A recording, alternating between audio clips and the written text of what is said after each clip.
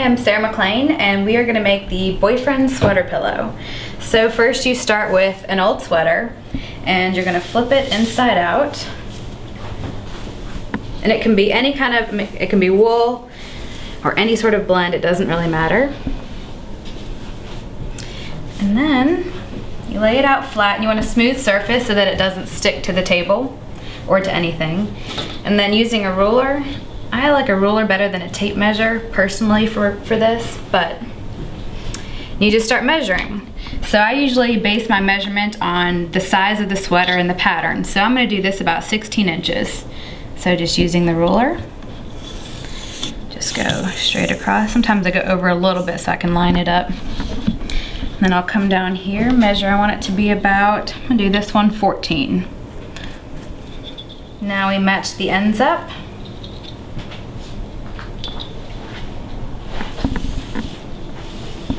And here's where I just kind of go through and make sure that I did my lines even. That's about 16 and a half. That's about 16 and a half as well.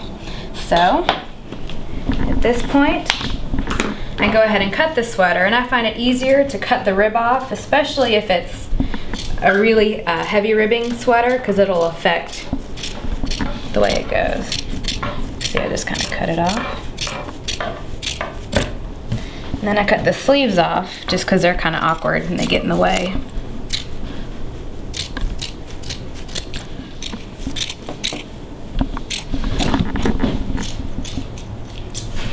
And now I'll go through and pin the sweater.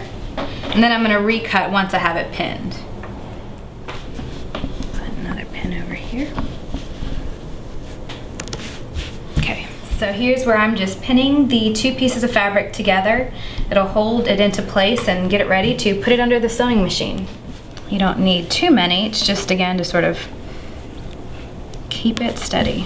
I usually put about two on each end will suffice. Okay, so now I have my piece of fabric ready, and I just put it under the sewing machine, and you start stitching it up, removing the pins as you go.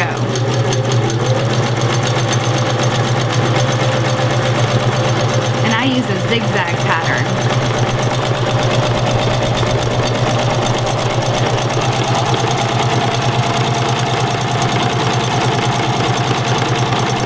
Yeah, remove the pins as you go. And here's where I round out the corners.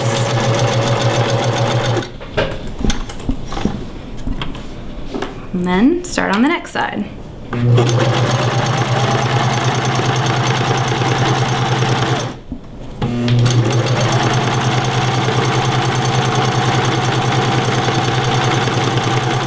That helps so that they don't poke out and look kind of silly.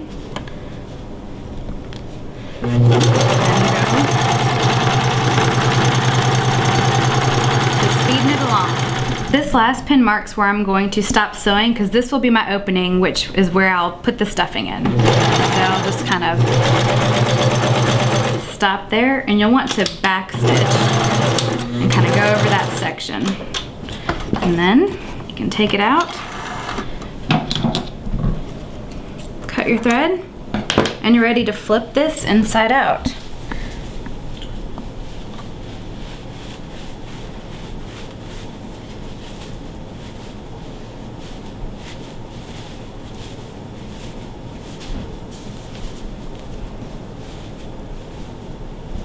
So is that why we had the rounded corners?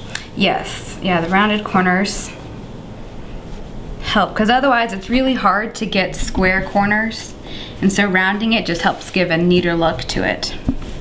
And then at this point, here's your opening where the stuffing will put in, and then that's what you'll hand stitch closed.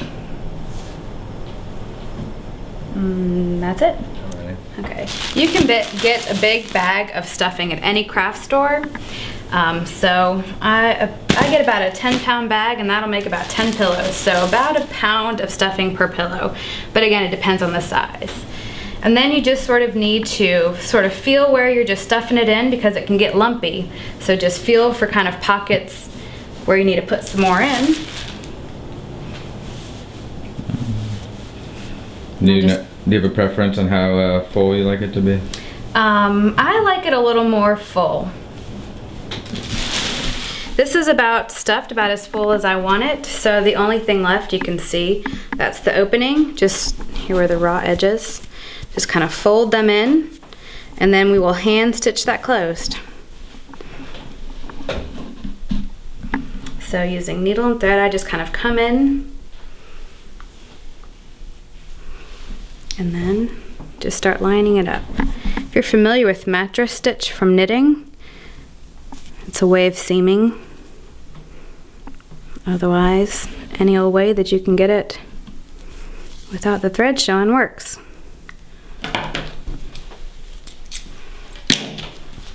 Okay, all right, now that the pillow is finished and seams shut, you are ready to gift it to somebody, to your boyfriend, or to keep for yourself. Thank you. That's it, thank you.